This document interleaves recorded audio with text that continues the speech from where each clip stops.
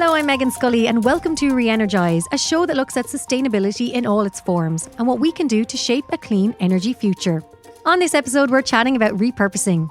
For most people, that might be upcycling some of your old clothes and furniture or turning an old bottle into a candle holder. Or maybe you've considered making a bush shelter out of an old turbine blade or a home out of a shipping container. Maybe not. I'm here with producer Connor. Hi, Meghann. And we had three great guests on this episode to discuss just that. Dr. Angie Nagle, CEO and co-founder of BladeBridge, had a fascinating story about creating outdoor infrastructure from 20-metre wind turbines. And multi-award-winning architect Patrick Bradley and coffee shop owner Gordon Hickey chatted all things repurposed living and working. So this episode was great. I was really blown away by the ingenuity and the creativity of some of the stories we heard on this. Like, firstly, wind turbines, I just didn't think you could repurpose them. And it's so good to think that something that is up in the sky and as big as it is actually being repurposed. Yeah. And, in ways that are amazing, like bridges and talking about how they can integrate them into cycle pathways and all these kind of things. That was, Angie's story was really, really interesting. And then in a whole other way, we had Patrick Bradley, who I think we had both seen the episode of Grand Designs that he was on. He has this absolutely spectacular house and he does all sorts of really interesting things. Incredible imagination. And I've seen him on TV now a few times, and it's just to see his structures and then to see them in real life. They are fascinating. Yeah, so he's using, among many other things, shipping containers and reusing different materials. Kind of, as he says, it's part of it is about reusing material, but it's also kind of about like the challenge and making something really beautiful out of something that someone else might just kind of throw away. And Connor, you got the chance to catch up with Gordon about his shipping container coffee shop. Yeah, because it's not too far from the studios here. So I popped over to have a chat with him about how he has used it's actually 2 shipping containers to make a cafe, which was great. So how about we hear from Patrick and some of his award-winning designs?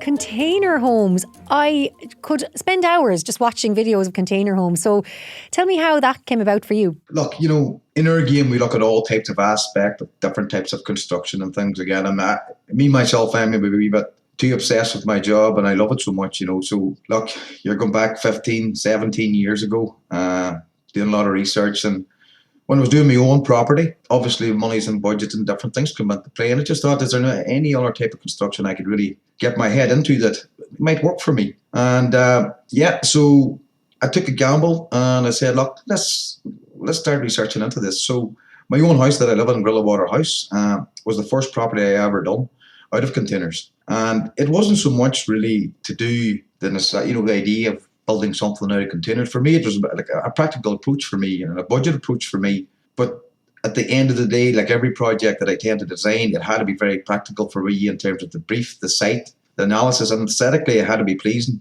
And aesthetically, I wanted to make it, trying to show something what you can do with architecture, albeit be containers. And that was the first property, the Grillwater House, which I live in. And it really just went crazy from there regarding containers, Because I'd been to, a few times over the years, I've been to Box Park in Shoreditch in London. Where, if anyone's been there, it's all container units and they're all cafes and food places and bars. And that was probably my first memory of kind of seeing containers turned into something else. And I was like, oh, this is unbelievable. And then the homes started popping up and I don't know, I suppose I just never thought of it as something that could be turned into a home. But tell me, like, where exactly do you source them from? Like, is it a case of going down to the dockyards being like, hey, is that free to go home? Or? Well, look, I beat the Box Park. I love it. It's got that industrial feeling. It's got like a bit of a romance to it, and it's the interaction between people. It's a beautiful project. And albeit, maybe my project so many years ago, there is maybe a believing that a lot of container within Ireland and everything maybe kicked off from the back of it because it was all Grand Designs in Channel 4 and then it was obviously crowned their all-time favourite. But when you talk about containers, there's a lot of stuff goes into it. It's, yes, they travel the seas and they're all made mainly in China. So you never tend to really, what they talk about as a brand new container. It's always done one trip. But ideally, when you're going to do such a construction, you would like to get a reasonably new one. So you can get them at obviously different areas of people selling containers and different merchants selling containers. But you need to do a bit of a due diligence in terms of going to look at them, see their condition, see how structurally they are, how worn they are. So you try your best to get a very, very good container. So like, to me, it might seem easy, but to be honest with you, it's maybe more difficult in an architectural sense to design such, because you have those things to take into consideration. And as well as that, when you work with containers, you're working like, let's call it Lego, and you're very restricted to the spaces to which they can provide. So you have to be very, very detailed in terms of the spaces to which you provide behind the plans. When you do your normal construction, albeit steelwork construction, masonry, timber frame, there's a lot more flexibility in terms of what you can do with your rooms and the size of your rooms and what your furniture can do. But with container, you nearly believe it's like an existing building. So what you can do within the different spaces. So it's a lot more difficult than people might think it is. But when you make it look easy, people all jump on the back of it, Well, you say it make it look easy. For me, I'd say I'd be like, oh, sure, you just put the container there in the field or on the just straight there. But you don't just leave them on the ground. You get very creative. It's like anything that we do in our career and in our background, it's only a small element of a project. It's the construction of a project. Like when you sit down to do, let's call it a domestic building, to me, the construction is sort of in the back of your mind, and albeit a container. But for me, it's really more important is the plan, the brief, the detail, the site, and very much so when you're designing a house. I don't want to say it too bad, but I call it an off-the-shelf house. People just build a house. It's not for everybody. Sometimes people might feel that they're too small, but believe it or not, most people that walk through my house are actually fiberglassed it, that they believe the size of it. But that's due with a wee bit of tricks that I have in terms of the architectural, with openings and hiding window frames and things like that. It really opens it up, But the container home then that was put onto the stone wall, was that an existing stone wall? Or did you build that for the container home? That is quite a personal project to myself, and there's a bit of romance to me when it comes to these types of projects. And I'm a massive advocate of trying to save these types of buildings, and they are tens and tens of thousands throughout Ireland. And it really makes me cry when I see them lying redundant, when I know the things that can be done with them. There's a lot of history behind them. So I'd seen this as an opportunity maybe to try and show people what could be achieved. And that property itself was actually sitting on an old cottage, one of the ruins of a cottage. And the architecture that I decided to do with that, albeit it ended up being a shipping container, I had a spare one lying about, believe it or not, for many years. And I just thought it'd be quite nice to try and do completely different types of architecture in that. You've got the 18th century cottage, which is ruins, and then obviously the 21st century modern architecture, and how I brought them together, sort of respecting the complete two different types of architecture and trying to make them gel. And that's where that project really came out. So there's a lot of romance with it. There's a lot of history with it. There's a lot of relationship and attachment with it. And what I was trying to sort of show and explain to people that we can keep all this. We can keep our memories, because I do believe these old properties, these old cottages and so once the ground takes them over, they're gone. And when they're gone, they're gone. And a photograph isn't as real as actually putting your hand out and touching them. So, no, I really love that property. And that's a property that's went really crazy in terms of awards as well, and it's quite nice. We rent it out. Initially, it's my idea of maybe potentially a retirement home, because I don't believe in large houses. I think people tend to say I want rather than need. And I'm a man of need. And if you do something that need, you really love that thing. So most people that do come to it, they're blown away with it. And we haven't one bad person see one thing wrong with it, which is really quite nice. And they're all, there's a lot of excitement when they come to see it. And for me, it's just another property or design, but it's really quite nice that you can connect with people. And when they see this type of architecture over a really old Irish cottage and a barn, it's nice. It's right. And it gives me a lot of, it gives me a wee bit of confidence to know that I'm doing something right here, From shipping container homes to shipping container coffee shops, let's hear from Gordon Hickey. I am Gordon Hickey. I am the owner of Container Coffee on Thomas Street. Container Coffee is actually into reusable 20-foot shipping containers. So I came up with the idea for Container Coffee 8 years ago. I was working in television production and I couldn't find a job elsewhere in a different industry when I was trying to get out of it. And I noticed some empty space on Thomas Street. So luckily, I went to the Digital Hub, kind of pitched the idea to them, and they thankfully said yes. We've been operating there now for 8 years this May. And look, the whole idea behind using the shipping containers was there was no businesses in Dublin, in Ireland at the time that had really done shipping containers to utilise them as a business. And at the time, I was using my life savings to try set up this business. So I was very afraid. So I kind of wanted to do something that I thought was going to be cheap to get the business going. So I started thinking of different ideas. I was thinking about like maybe a prefab. Then I was thinking about like maybe a cart. And, there's a lot of, since I opened, there's a lot of carts and kind of horse boxes have come around. But my thing was I didn't want to be standing out in the cold, during the winter. So, I had a few different designs. Initially, it was going to be one 20-foot container where the back of it flipped down. Then there was going to be a hatch in it.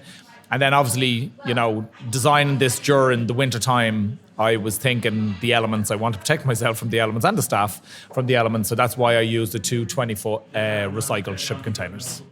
Initially, it went well. Because I set up in two shipping containers and called it Container Coffee, I got so much free publicity at the time. The Irish Times, the Journal, the Independent. So it kind of took off faster than I thought it would. Monday to Friday, weekends were dead.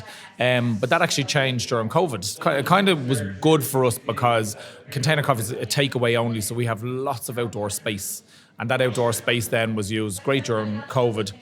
And sadly, I'm going to have to move at some point. I don't know where to just yet. But I have opened up a second cafe called Anjo's. I call it after my ma. Her name was Angela. It's still in Dublin 8 because I love Dublin 8. I love the area. And yeah, so I'm like, I have Anjo's for now.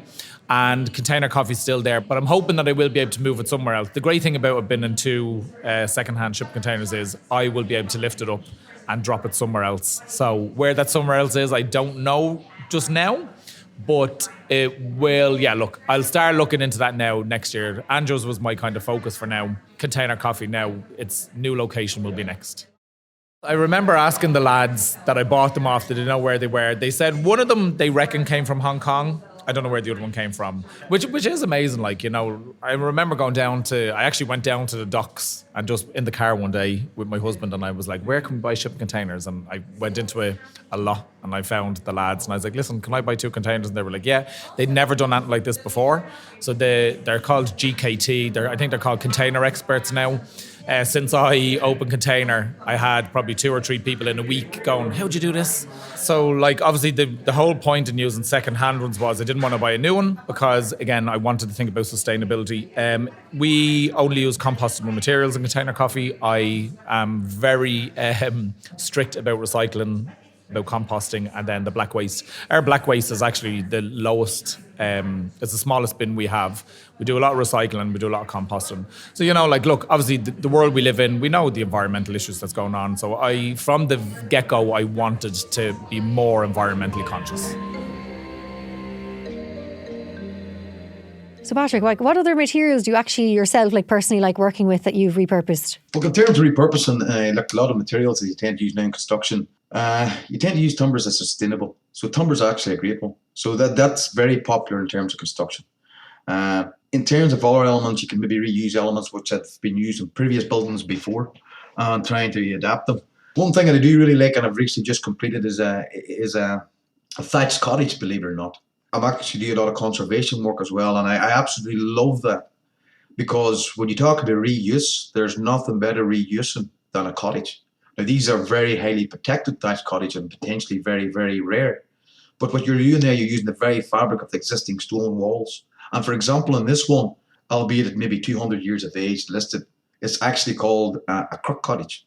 And with that in mind, the crook was actually with the very foundation of the construction to which they formed the cottages and are very, very rare. So we had to keep that.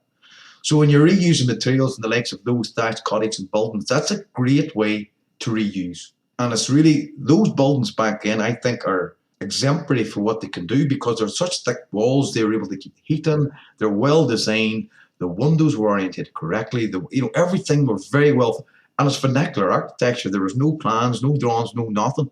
And for me, I think it's a great starting point, and it answers a lot of questions. It means reuse, reusing materials, the problems of the housing crisis, for young people wanting to maybe get their hands into the property ladder, bringing vibrators back to all these different.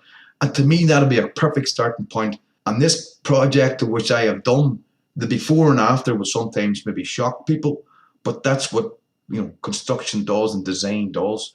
And I think I would love it to make it, just try and do these things, people. I think a lot of people are afraid of it because you see these old buildings and they're old and they're damp and they're problems. Okay, they might have those problems, but see at the back end of that, what they've created something, they've brought it back to history, they've made it their own, they've done a lot of good things in terms of reuse. You've got the problems, obviously, global warming, they're helping towards that. So, yeah, reusing old buildings, for me, should be the foremost and the first thing. And again, at this minute in time, the government's done a great thing in terms of a lot of funding out there to help people to promote that. So they are trying. So that's a lot of solutions, just quite simply for restoring these old buildings. And albeit that, we're all Irish, we're just romanced at that, I wanted to actually just mention something that you spoke about a while ago, because one of my favourite TV presenters is Kevin MacLeod. I feel like I could listen to him morning, noon and night. Grand Designs. Tell us a little bit about your own experience. In Grand Designs itself, when I first went on the programme, it was an absolutely no interest to me to obviously be on television, believe it or not, crazily. But I did understand when you're on the Grand Designs, you make other materials cheaper with advertisement. And I wasn't really had much money. And I said, this could be a great opportunity for me.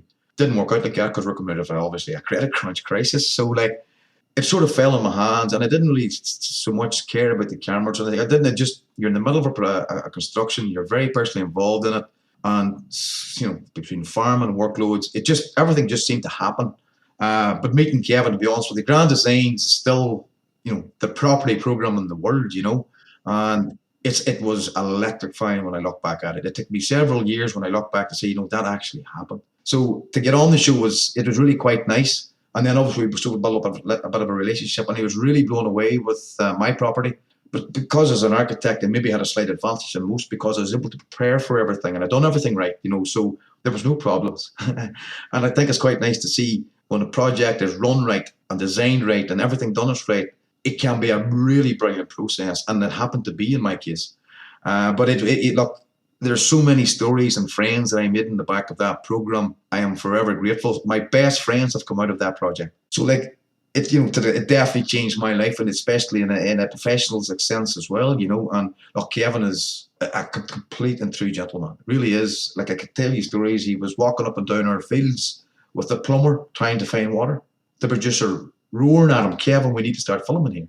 And he just didn't care. He had a lot of time for everybody, no matter who and what you were on the site, construction wise. And it was, yes, it's a very long lasting forever memory of mine. And a lot of people who worked on it still will talk about the great enjoyment that we had during that build, albeit with or without the TV, but it was a really magical time. It just sounds so special as well. And as mentioned, I can't wait to see reruns because it's a great show. That's one thing I'm starting to notice even driving around Ireland is we're starting to see more of these unique homes such as your own and special homes. But I guess the main thing behind them all is they're sustainable homes. We have to try and think like that. And I really like, Dermot Bannon, I met, lovely guy, and obviously Lee Wallace. I know the guys, they're great. And they're great. And I think what's great about that there, and especially they have these programs, and myself, I've obviously my own program as well, but you're putting it out to the public that what can be done. And I think when they see that, it gives them confidence that they could do that. So that type of advertisement and showing people what can happen, what can be achieved with good architecture. And then the sustainability aspect comes into play because we have to meet regulations, but we can be adventurous in terms of our design. So the more we sort of show and demonstrate what can be done to the general public, it will start. And I can rest assure you that the architecture in Ireland is as good as anywhere you'll ever see. I just don't think people believe and know that. But as an island, we punch well above our weight. I can guess assure you that some of the buildings, they're just amazing. They really are just amazing. But a lot of people maybe don't know they're there. And there's a social housing scheme down there was blew off all awards as well. That only silly project of mine, when you consider yourself that you're top 6 in the world, it's mad, So Ireland has a lot to offer. We are a crazy, crazy country when it comes to architecture. And I think we really do punch well above our weight. And it's not for we're small, but for such a small island, we can create stuff that are just, mind-blowing. Absolutely. And the proof is in the pudding, Patrick. You practice what you preach. It's been an absolute pleasure chatting to you and learning more about the repurposing you've done yourself, your own home, the work you continue to do. I look forward to watching what designs we'll see coming from you next. Let's hear from Angie Nagle and the repurposing she's been doing. Dr. Angie Nagle, I know you're the CEO and co-founder of BladeBridge. Before we get into what BladeBridge is, tell us a bit about your own background. Oh gosh, so I've been in Ireland about 23 years or so. I'm originally from Alaska, Anchorage, Alaska, so I grew up in the snow and spent a lot of time outdoors. And we were really aware of our rubbish in particular. This is one of the things that formed my thinking about waste. Is we had to bring all of our rubbish to the dump every week. So there wasn't this idea of just throwing it away. Everything that came into the house, we knew we had to actually take it back out again. So I was really aware of waste from an early age from living in Alaska. So my background, I have a bachelor's in mechanical engineering from Carnegie Mellon University in Pittsburgh. I have a master's degree from Trinity Engineering and biomedical engineering, but I never really worked in that way. And then I went back for a PhD after I had my 3 children in environmental engineering. And so I was late to the game, where I was, I suppose, a little bit older and doing my PhD, but the PhD is what formed my thinking behind BladeBridge. Now, tell us, what exactly is BladeBridge? So BladeBridge repurposes decommissioned wind turbine blades, so retired wind turbine blades, into infrastructure. So sustainable infrastructure, durable infrastructure, such as pedestrian bridges, furniture for cycleways, shelters for cycleways as well, and potentially towers, say telecoms towers or lighting towers. So the idea is we're taking waste material, so blade material, that's from a wind farm that was decommissioned, and using that really durable material. It's the blades are made out of glass fiber reinforced polymer, so like a super durable composite, like a boat hull. And we take that material, and instead of throwing it away or grinding it up and turning it into cement, we use that material in structures like bridges and shelters. And this way we're substituting steel material that would have had to have been gotten and produced, and we don't make steel in Ireland. So it's substituting these high impact materials that we're importing with local waste material that's even more durable. So we're not only preventing landfill of this material and substituting material that would have come in, raw materials such as steel and concrete, but we're also making a more durable, lower maintenance product. So the bridges that we make don't need as much maintenance because they don't have as much steel in them. That's incredible. And how did you get the idea? What was it that, did you see one day pass a wind farm and think, no, I see some potential here? No, I actually can't take credit for any of that at all. So I was at the Serious Art Centre in Cove, which I just have this love of the place now because this is what kicked off this whole new path of my life.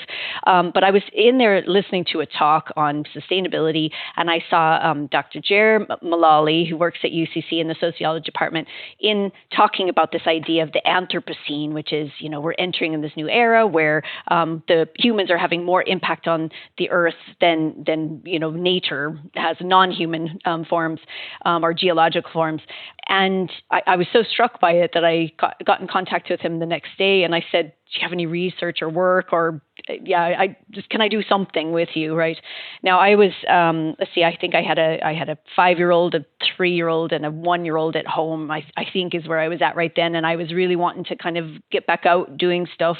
And he said, "Well, you're in luck. We have this research group that we're working on called Rewind, and it looks at repurposing wind turbine blades." And I said, I don't really have any interest in wind energy, so I kind of didn't consider it at first. And then the more I looked at it, I was really interested in waste prevention, but it was more of like plastics and trying to prevent plastics at the supermarkets and things like that. But the more I thought about it, the more interesting I thought it was. And I interviewed for the PhD and got it. So really the idea did come from this research group called the Rewind Group.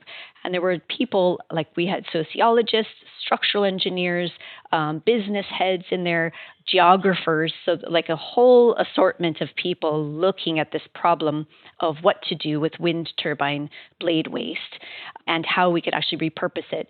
And so it was such an amazing group because we were looking at it not only from, what we could build with it, which would be the structural engineers looking at it, but also sociologists looking at, like, would people actually like what we're building, and would this actually inspire people? And then we took geographers, so people looking at how far you would have to drive the blades and how large of a blade could be transported for a certain cost or for a certain environmental impact. So there were all these different aspects of repurposing blades that we were looking at.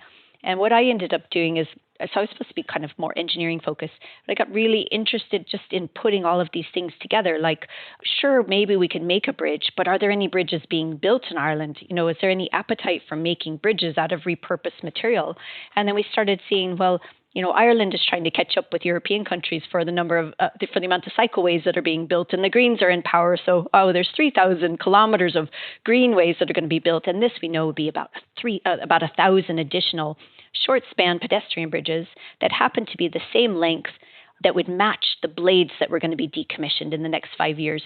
So it was piecing that puzzle together. It's not, could we do this, but like, should we do this from an environmental perspective? And, there's the, could we do it technically, but could we actually get it done from a social perspective, or from a, what's required or what's in demand in Ireland? Incredible.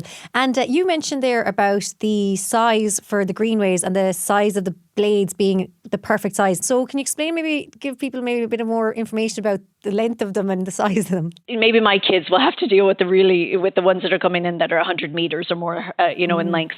The ones we're looking at right now are only, we have a few 13-meter ones, and we're looking at like 20 to 30-meter blades. So that's what we're dealing with. That's what's being decommissioned right now. And those, like anything about 20 meters or less, can fit on the back of a flatbed truck, and can be transported fairly easily without extra permits. So while the ones that you're seeing on the news that have, that they're bringing in the middle of the night, those are massive. Those are, 100-meter plus. The ones we're dealing with right now are really only about 20 to 30 meters in length. You mentioned there as well, of course, you mentioned bridges, you've mentioned benches and kind of places that you can sit and have your lunch when you're on the greenways. Can you tell us a bit about the process about getting a blade into your area, your factory in Cork, and then, I guess, creating it, getting it to location? So far, all of the blades have been delivered intact. So the longest blade actually that we have in is 20 meters right now. And that's about the maximum that we can transport without, additional permits. So far, we've worked directly with the wind farms, the wind farm owners, and they've paid us to take the blades. So after the transport, they pay us an additional amount to, it's basically to valorize the waste. So what it is to assess the blades and come up with ideas for repurposing such that the blades are now of value again. So waste valorization, if you've heard of that term. And so the wind farms pay us a small bit of money to take the blades and to do this. And then we go out and we look for customers first. So we first scan the blades and assess them, and then we start coming up with anything from, bridge ideas to shelters to furniture ideas, and we then look for customers for these products.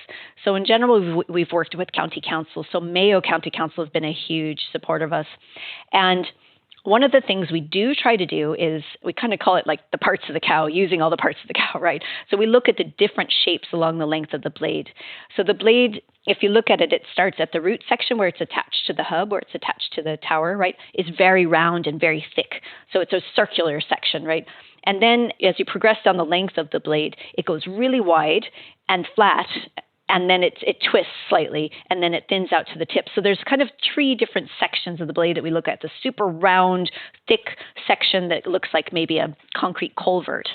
And then there's sort of the really wide, flat section in the middle, and that could be used as, say, roof sections. And then we look at the tip section, which is structurally not really useful, but it could be used for, say, signs, for maybe table legs, for picnic benches, etc. So we come up with all these different ideas of products that could be done. And then we go out and we go talk to the county councils or tidy towns. We're just starting to get into talking to private companies about different furniture or shelters that they could use. The latest product that we made for ACL, and ACL Sound for Mayo County Council, was a shelter that used the entire 20-meter blade. It was a great design in that the root section was used as the upright, and then the middle sections, as we said, were used as the roof shelter, and then the tip section we used as the legs for a picnic bench that was embedded into the whole structure. So the whole structure really used, I'd say 95% of an entire 20-meter blade. And we would love to get into products. We'd love to do more products like this that use the entirety of the blade so that we're not left with, blade pieces or parts of the blade that are more difficult to use. Angie, you've mentioned a few of the projects that you're working on there, but I believe there is another project with ESB and the e-bikes. Yes. So ESB have commissioned an electric bike charging hub that was made from a full 13-meter blade. And this project is 90% complete, and we'll be installing it in Dundrum later on in 2025.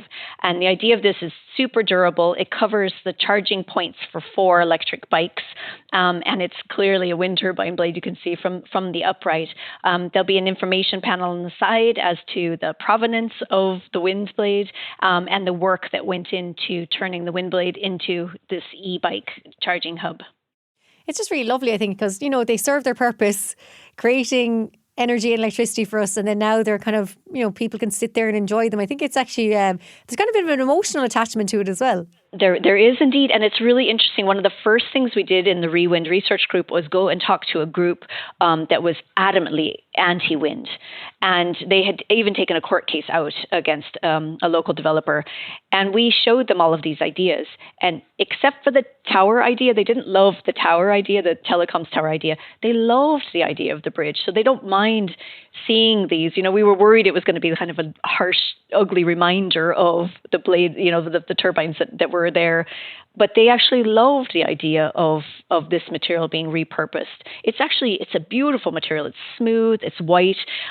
You just want to run your hands on it. So it's lovely to interact with it. Like the easiest thing about our business is that you show people our products and they go, oh, they instantly get it. Oh, right, that generated clean energy for 20 years. And now it's like this super durable, rust-proof shelter for sustainable transport. It's I love it because it kind of almost sells itself. So that's it for this week's episode of Re-Energize. A huge thanks to our guests. Don't forget to subscribe and spread the word about the show. Go on, repurpose it and send it to all your friends. We'll see you in 2 weeks for the next episode. This podcast was produced and recorded by the Podcast Studios for ESB. Production and editing by Connor Reid. Project management by Katie Flannery. Original music by Dan Wilcox. Video editing by Judy Hassett. Graphics and design by Matt Mahon.